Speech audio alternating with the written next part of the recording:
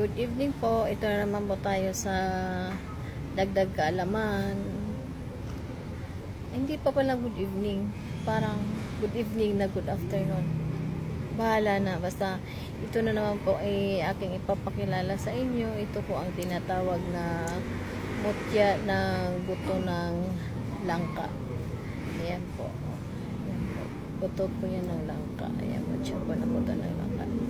Ito po ay napakagandang sa tawag dyan sa tindahan o lahat ng klase ng negosyo ay napaka-bisa po ito. At saka dito sa charm, ang sino mang magtataglay ng ibig sabihin mayroong alaga ng mga ganitong mutya ay magiging magaan ang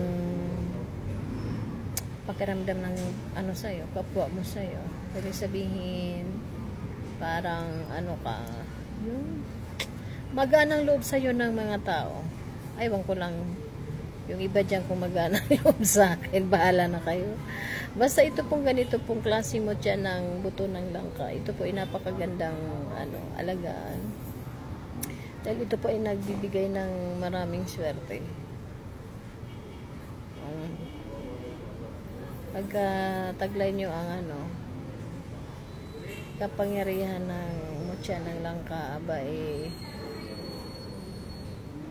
yayaman ka na this year 2025. Tapos ang kagandahan pa, sabi pa ng sa feng shui, ang mga bunso daw at panganay yayaman daw nitong 2025. Aba, panganay ako, yayaman na ba ako? Ito nakita ko to collection ko ito this year. Nako, ayan.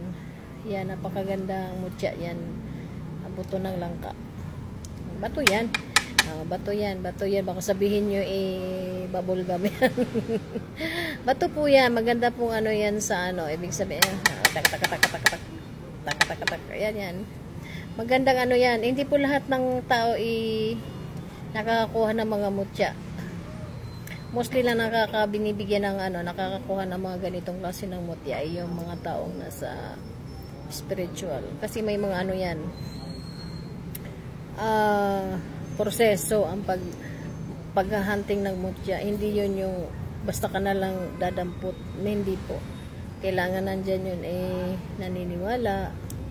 At syempre, nakikita din yan ng kalikasan, ng inang kalikasan. Kung mabuti ka bang tao o karapat dapat ka bang magtaglay ng mga ganitong klaseng mutya.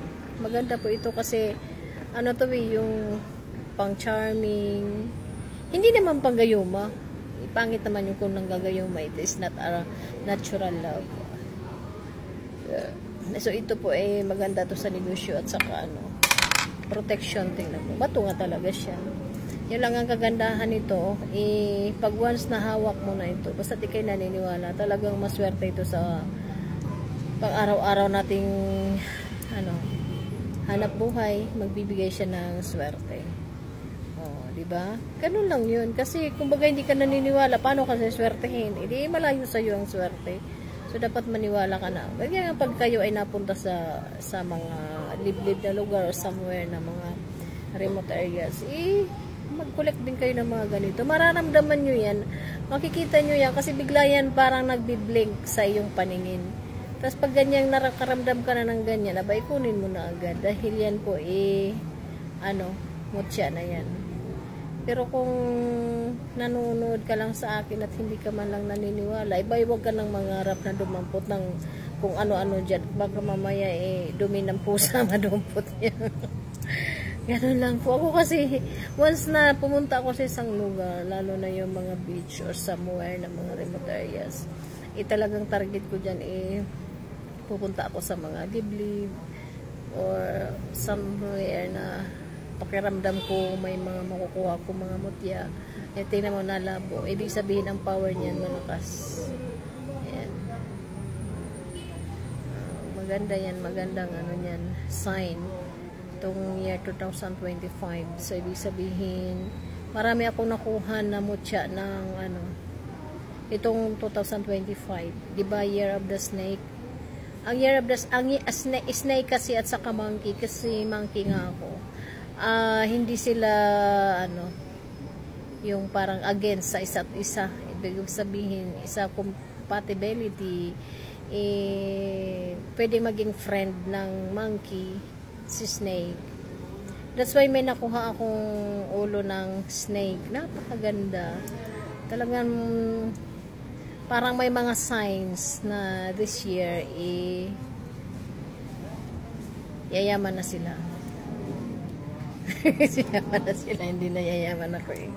Bahala na, basta importante naniniwala ka. Kasi kung mayroong mang bigay si Lord para sa iyo, ibibigay yan sa iyo. Kasi ganyan yan. Kung ang isang ang bagay kung hindi ukol, ay hindi po yan bubukol. So, syempre, kailangan din yan ng mga panalangin.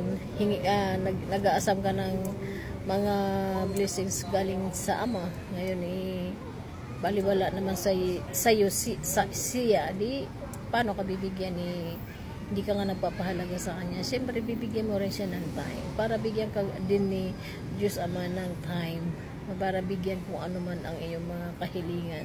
So, ganun lang po ako. Ganyan ako yan ang mindset ko. So, ano mga struggles, hindi ako nagre-reklamo. Kumbaga go lang kung ano ang ng buhay. Hindi yung magre-reklamo tayo or magbi-blame sa mga nangyayari. Wag. Tuloy lang. Ano man mga struggles, sige, go ahead. Tanggap lang ng tanggap hanggang sa magsawa. After naman parang sinasabi nga, after the storm, there's always a sunshine. So, siyempre, ganun lang din ang buhay natin. So, good evening po sa ating lahat. Kayo, para sa inyo po, pupunta po kayo sa beach, mag-collect na rin kayo ng mga ganito mga mutya. Pangpa-charming po ito. Kung dalaga ka, dali kang makakita ng gusto mo. Kung sa lalaki naman, habulin siya ng aso. Hindi. Ganito lang, ito lang, pampa-charming talaga yung butong ng langka. Sa pera, sa charm, kumbaga kompleto na nandito na lahat. Thank you po sa panonood. Thank you sa time, and God bless.